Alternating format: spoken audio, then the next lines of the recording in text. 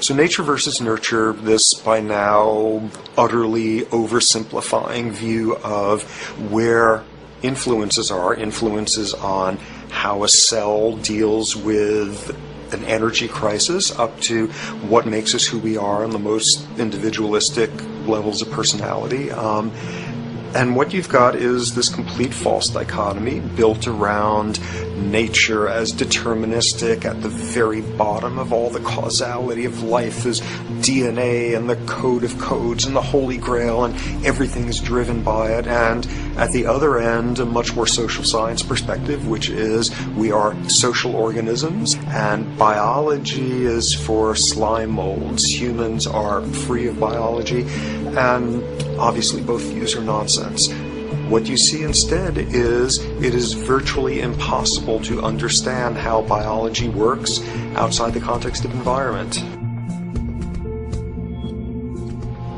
One of the most crazy-making yet widespread and potentially dangerous notions is, oh, that behavior is genetic. Now, what does that mean? It means all sorts of subtle stuff if you sort of know modern biology, but for most people out there, what it winds up meaning is a deterministic view of life, one rooted in biology and genetics. Genes equal things that can't be changed. Genes equal things that are inevitable and that you might as well not waste resources trying to fix, might as well not put societal energies into trying to improve because it's inevitable, it's unchangeable. And that is sheer nonsense. It is widely thought that conditions like ADHD are genetically programmed, conditions like schizophrenia are genetically programmed. The truth is the opposite. Nothing is genetically programmed. They're very rare diseases. I mean, a small handful, extremely sparsely represented in the population, that are truly genetically determined. Most complex conditions might have a predisposition that is a genetic component, but a predisposition is not the same as a predetermination. The whole search for the source of diseases in the genome was doomed to failure before anybody even thought of it, because most diseases are not genetically predetermined. Heart disease, cancer, strokes, rheumatoid conditions, autoimmune conditions in general, mental health conditions, addictions, these are none of them genetically determined. Breast cancer, for example, out of 100 women with breast cancer, only 7 will carry the breast cancer genes. 93 do not. And out of 100 women who do have the genes, not all of them will get cancer. Genes are not just things that make us behave in a particular way regardless of our environment. Genes give us different ways of responding to our environment. In fact, it looks as if some of the early childhood influences of the kind of child rearing affects gene expression, actually turning on and off different genes to put you on a different developmental track, which may suit the kind of world you've got to deal with. So, for example, a study done in Montreal with suicide victims looked at autopsies of the brains of these people. And it turned out that if a suicide victim, these are usually young adults, had been abused as children, the abuse actually caused a genetic change in the brain that was absent in the brains of people who had not been abused. That's an epigenetic effect. Epi means on top of, so that the epigenetic influence is what happens environmentally to either activate or deactivate certain genes. In New Zealand, there's a study that was done in a town called Dunedin, in which a few thousand individuals were studied from birth up to into their 20s. What they found was that they could identify a genetic mutation, an abnormal gene, which did have some relation to the predisposition to commit violence, but only if the individual had also been subjected to severe child abuse. In other words, a child with this abnormal gene would be no more likely to be violent than anybody else. And in fact, they actually had a lower rate of violence than people with normal genes, as long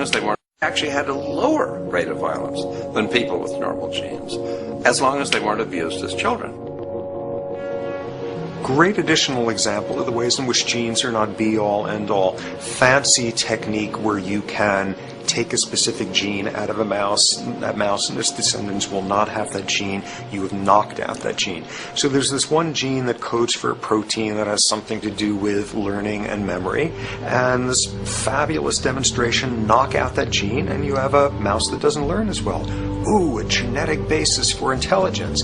What was much less appreciated in that landmark study that got picked up by the media left and right is take those genetically impaired mice and raise them in a much more enriched, stimulating environment than your normal mice in a lab cage, and they completely overcame that deficit. So when one says in a contemporary sense that, oh, this behavior is genetic, to the extent that that's even a valid sort of phrase to use, what you're saying is there is a genetic contribution to how this organism responds to environment. Genes may influence the readiness with which an organism will deal with a certain environmental challenge. You know, that's not the version most people have in their minds. And not to be too soapboxing, but run with the old sort of version of it's genetic, and it's not that far from a history of eugenics and things of that sort. It's a widespread misconception, and it's a potentially fairly dangerous one. One reason that the sort of biological explanation for violence, one reason that hypothesis is potentially dangerous, it's not just misleading, it can really do harm, is because if you believe that, you could very easily say, well, there's nothing we can do to change the predisposition people have to becoming violent. All we can do if somebody becomes violent is punish them, lock them up or execute them. But we don't need to worry about changing the social environment or the social preconditions that may lead people to become violent, because that's irrelevant. The genetic argument allows us the luxury of ignoring past and present historical and social factors. And in the words of Louis Menand, he wrote in the New Yorker, very astutely, he said, "It's all in the genes, an explanation for the way things are that does not threaten the way things are. Why should someone feel unhappy or engage in antisocial behavior when that person is living in the freest and most prosperous nation on earth? It can't be the system. There must be a flaw in the wiring somewhere," which is a good way of putting it. So the genetic argument is simply a cop-out, which allows us to ignore the social and economic and political factors that in fact underlie many troublesome behaviors. Addictions are usually considered to be a drug-related issue, but looking at it more broadly, I define addiction as any behavior that is associated with craving, with temporary relief, and with long-term negative consequences, along with an impairment of control over it, so that the person wishes to give it up or promises to do so, but can't follow through. And when you understand that, then you can see that there are many more addictions than simply those related to drugs. So there's workaholism, there's addiction to shopping, to the internet, to video games. There's the addiction to power. People have power, but they want more and more and more. Nothing's ever enough for them. Acquisition, corporations that must own more and more. The addiction to oil, or at least to the wealth and to the products made accessible to us by oil. Look at the negative consequences on the environment. We're destroying the very earth that we inhabit for the sake of that addiction. Now, these addictions are far more devastating in their social consequences than the cocaine or heroin habits of my downtown East Side patients. Yet they're rewarded and considered to be respectable. The tobacco company executive that shows a higher profit will get a much bigger reward. He doesn't face any negative consequences legally or otherwise. In fact, he's a respected member of the board of several other corporations. But tobacco smoke related diseases kill 5.5 million people around the world every year. In the United States, they kill 400,000 people a year. And these people are addicted to what? To profit. To such a degree are they addicted that they're actually in denial about the impact of their activities, which is typical for addicts, is denial. And that's a respectable one. It's respectable to be addicted to profit no matter what the cost. So what is acceptable and what is respectable is a highly arbitrary phenomenon in our society. And it seems like the greater the harm, the more respectable the addiction. There's a general myth that drugs in themselves are addictive. In fact, the war on drugs is predicated on the idea that if you interdict the sources of drugs, you can deal with addiction that way.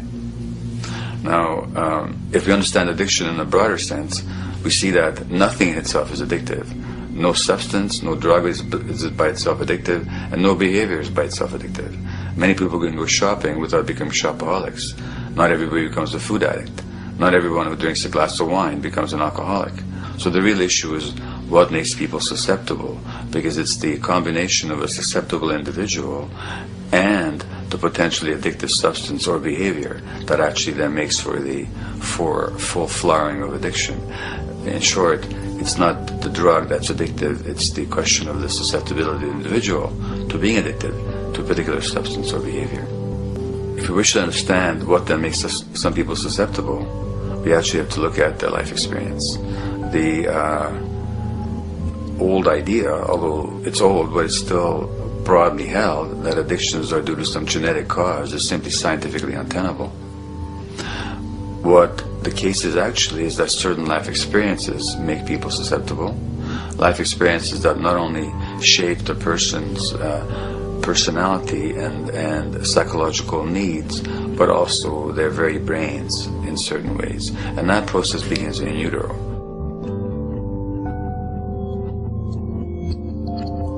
It's been shown, for example, that if you stress mothers during pregnancy, their children are more likely to have traits that predispose them to addictions. And that's because development is shaped by the psychological and social environment. So the biology of human beings is very much affected by and programmed by their life experiences beginning in utero. Environment does not begin at birth. Environment begins as soon as you have an environment. As soon as you are a fetus, you are subject to whatever information is coming through mom's circulations, hormones, levels of nutrients. Great landmark example of this, something called the Dutch hunger winter.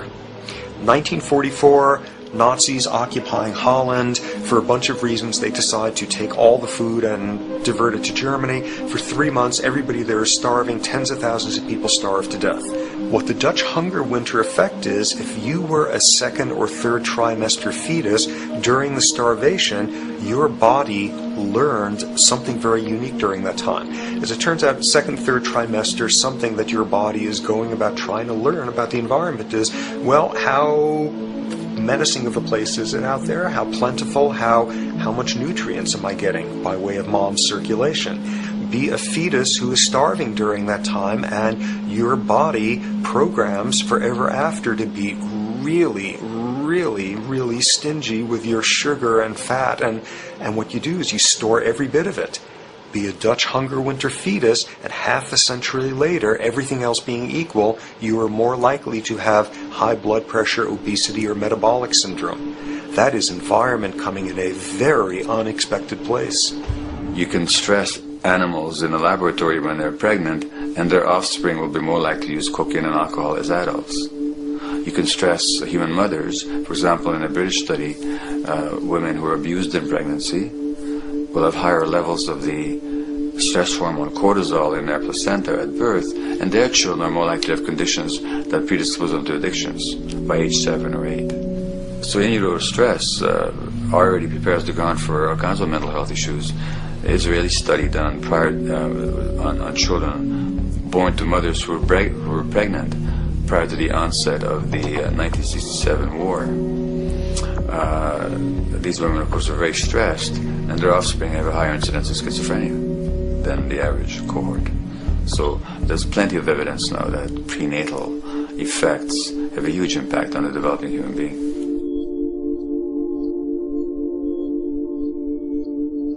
The point about human development, and specifically human brain development, is that it occurs mostly under the impact of the environment and mostly after birth.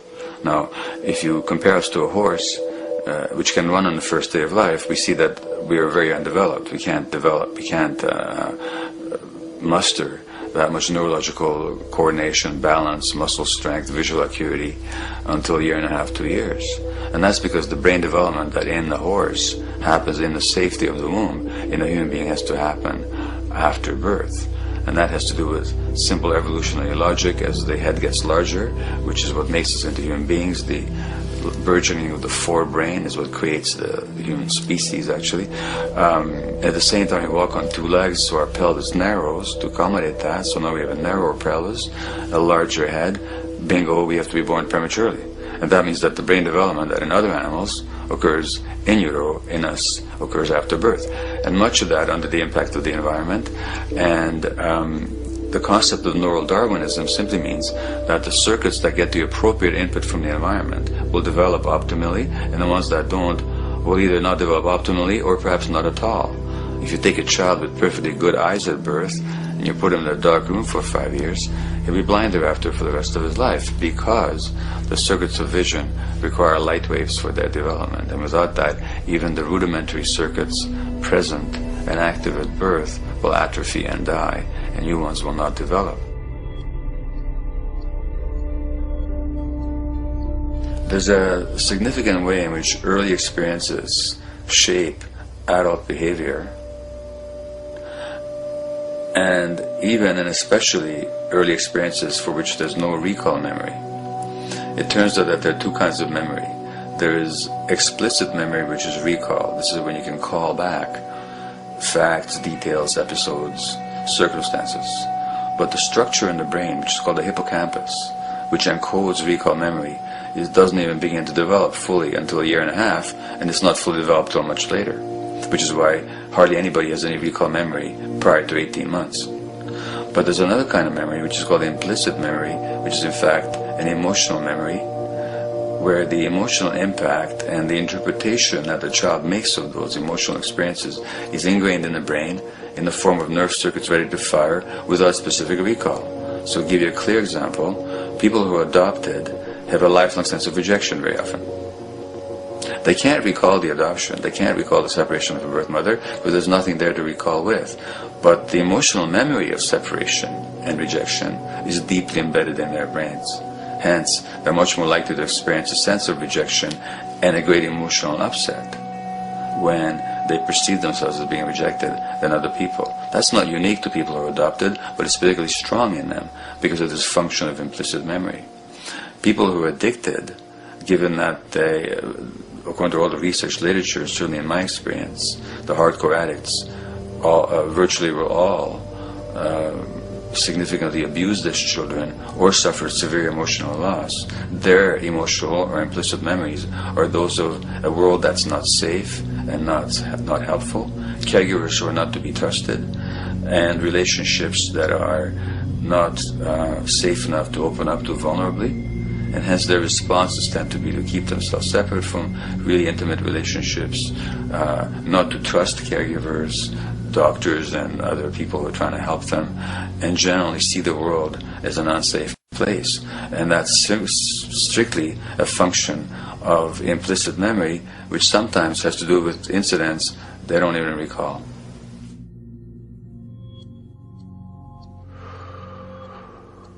Infants who are born premature are often in incubators and various types of gadgetry and machinery for weeks and perhaps months. It's now known that if these children are touched and stroked on the back for just 10 minutes a day, that promotes their brain development. So human touch is essential for development. And in fact, infants who are never picked up will actually die. That's how much of a fundamental need being held is to human beings. In our society, there's an unfortunate tendency to tell parents not to pick up their kids, not to hold them, not to pick up babies who are crying for fear of spoiling them, or to encourage them to sleep through the night. You don't pick them up, which is just the opposite of what the child needs. And these children might go back to sleep because they give up and their brains just shut down as a way of defending against the vulnerability of being abandoned really by their parents, but their implicit memories will be that of a world that doesn't give a damn. A lot of these differences are structured very early in life. In a way, if you like, the parental experience of adversity, how tough life is or how easy it is passed on to children, whether through maternal depression or parents being bad-tempered with their kids because they've had a hard day or just being too tired at the end of the day. And these have very powerful effects, programming children's development, which we know a lot about now. But that's early sensitivity isn't just an evolutionary mistake. It exists again in many different species. Even seedlings, there's an early adaptive process to the kind of environment they're growing up in. But for humans, the adaptation is to the quality of social relations. And so early life, how nurturing or how much conflict, how much attention you get, is a taster of the kind of world you may be growing up in. Are you growing up in a world where you have to fight for what you can get, watch your back, fend for yourself, learn not to trust others? Or are you growing up in a society where you depend on reciprocity, mutuality, cooperation, where empathy is important, where your security depends on good relations with other people? And that needs a very different emotional and cognitive development. And that's what the early sensitivity is about. And parenting is almost, quite unconsciously, a system for passing on that experience to children of the kind of world they're in. The great British child psychiatrist D.W. Winnicott said that fundamentally two things can go wrong in childhood. One is when things happen that shouldn't happen, and then things that should happen but don't. And the first category is the traumatic and abusive and abandonment experiences of my downtown East Side patients and of many addicts. That's what shouldn't happen but did. But then there is the non-stressed, attuned, non-distracted attention of the parent that every child needs, that very often children don't get. They're not abused, they're not neglected, and they're not traumatized. But what should happen, the presence of the emotionally available, nurturing parent, just is not available to them because of the stresses in our society and the parenting environment. And the psychologist Alan Shore calls that proximal abandonment, when the parent is physically present but emotionally absent. I have spent roughly the last 40 years of my life working with the most violent people our society produces, murderers, rapists, and so on, in an attempt to understand what causes this violence. I discovered that the most violent of the criminals in our prisons had themselves been victims of a degree of child abuse that was beyond the scale of what I ever thought of applying the term child abuse to. I had no idea of the depth of the depravity with which children in our society are all too often treated.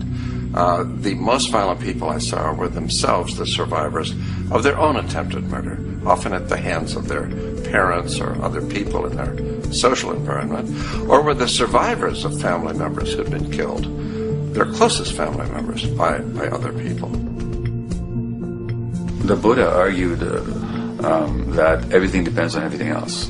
He says the one contains the many and the many contains the one. That you can't understand anything in isolation from its environment. The leaf contains the sun, the sky, and the earth, obviously.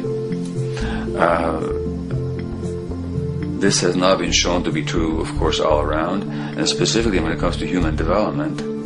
The modern scientific term for it is the biopsychosocial nature of human development, which says that the biology of human beings depends very much on their interaction with the social and psychological environment.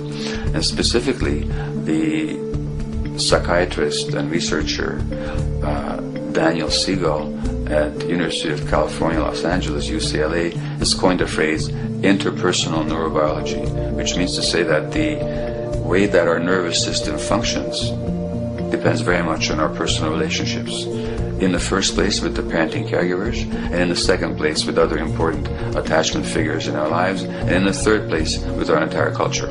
So that you can't separate the neurological functioning of a human being from the environment in which he or she grew up in and continues to exist in. And this is true throughout the life cycle. It's particularly true when you're dependent and helpless and your brain is developing, but it's true even in adults and even at the end of life. Human beings have lived in almost every kind of society, from the most egalitarian, hunting and gathering societies seem to have been very egalitarian, for instance based on food sharing, gift exchange. Small bands of people living predominantly off of foraging, but a little bit of hunting. Predominantly among people you have at the least known your entire life, if not surrounded by third cousins or closer, in a world in which there is a great deal of fluidity between different groups, in a world in which there is not a whole lot in terms of material culture. This is how humans have spent most of their hominid history. And no surprise, that makes for a very different world. One of the things you get as a result of that is far less violence. Organized group violence is not something that occurred at that time of human history, and it seems quite clear. So where did we go wrong? Violence is not universal. It's not symmetrically distributed throughout the human race. There is a huge variation in the amount of violence in different societies. There are some societies that have virtually no violence. There are others that destroy themselves. Some of the Anabaptist religious groups that are complete, strict pacifists, like the Amish, the Mennonites, the Hutterites. Among some of these groups, the Hutterites, there are no recorded cases of homicide. During our major wars, like World War II, where people were being drafted, they would refuse to serve in the military. They would go to prison rather than serve in the military. In the kibbutzim in Israel, the level of violence is so low that the criminal courts there will often send violent offenders, people who have committed crimes, to live on the kibbutzim in order to learn how to live a nonviolent life, because that's the way people live there. So we are amply shaped by society. Our societies in the broader sense, including our theological, our metaphysical, our linguistic influences, etc., our societies help shape us as to whether or not we think life is basically about sin or about beauty, whether the afterlife will carry a price for how we live our lives or if it's irrelevant. In a broad sort of way, different large societies could be termed as individualistic or collectivist, and you get very different people and different mindsets, and I suspect different brains coming along with that. We in America are in one of the most individualistic of societies, and capitalism being a system that allows you to go higher and higher up a potential pyramid, and the deal is it comes with fewer and fewer safety nets. By definition, the more stratified a society is, the fewer people you have as peers, the fewer people with whom you have symmetrical, reciprocal relationships, and instead all you have are differing spots and endless hierarchies. And a world in which you have few reciprocal partners is a world with a lot less altruism.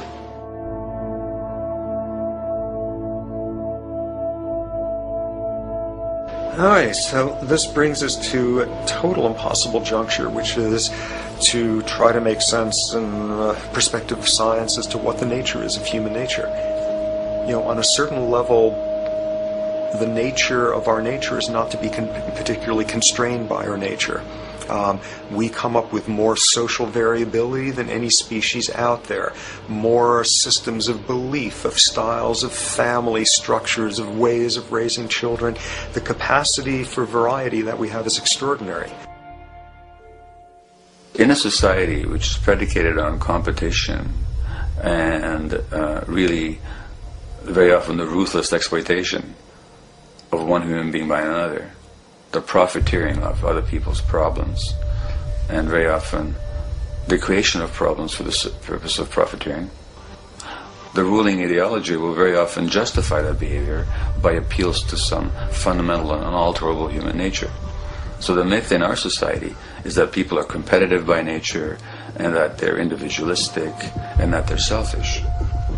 The real reality is quite the opposite.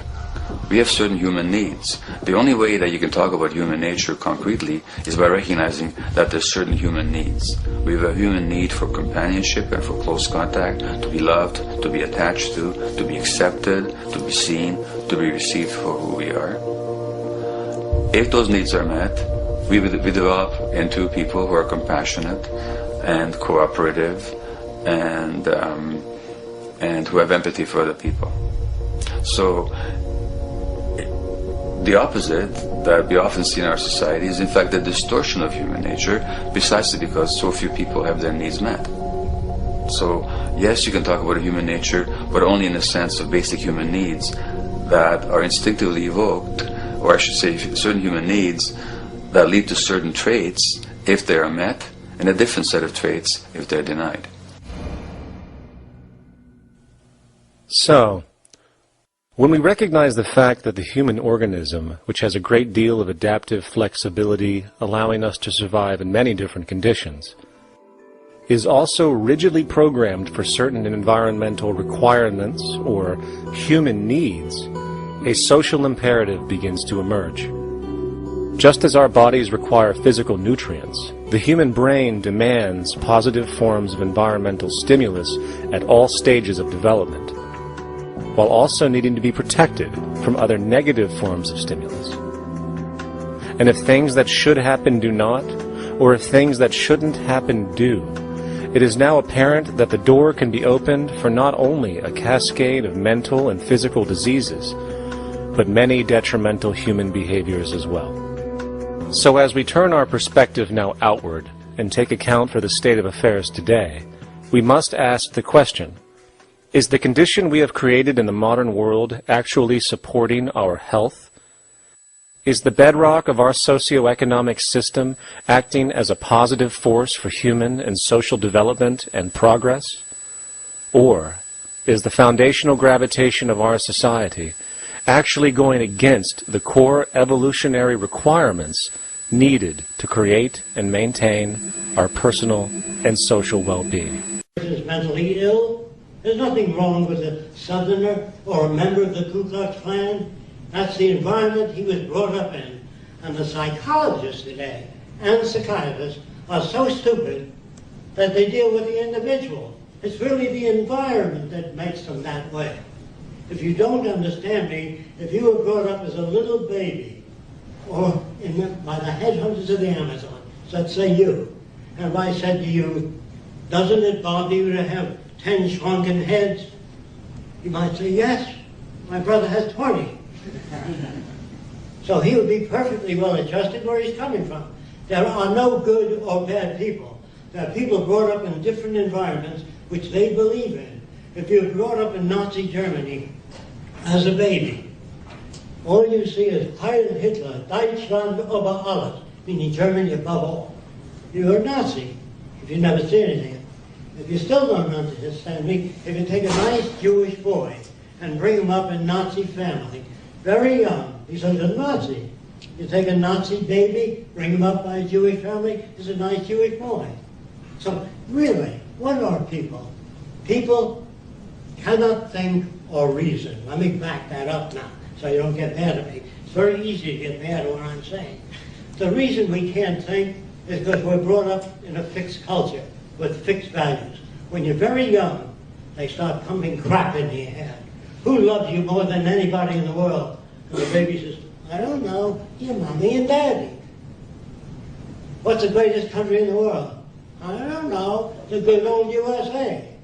Of course the good old USA. And you brought up in Saudi Arabia, you brought up in Dubai, you brought up in Germany, same pitch, okay? The only real answer is to declare the earth as the common heritage of all the world's people. And all the resources shared by all the world's people. If you still don't understand that, what we spent in World War II, what we, the Germans, the French, the British, all the money we spent on equipment could have built hospitals all over the world, schools all over the world, wiped out the slums all over the world. How stupid can you be?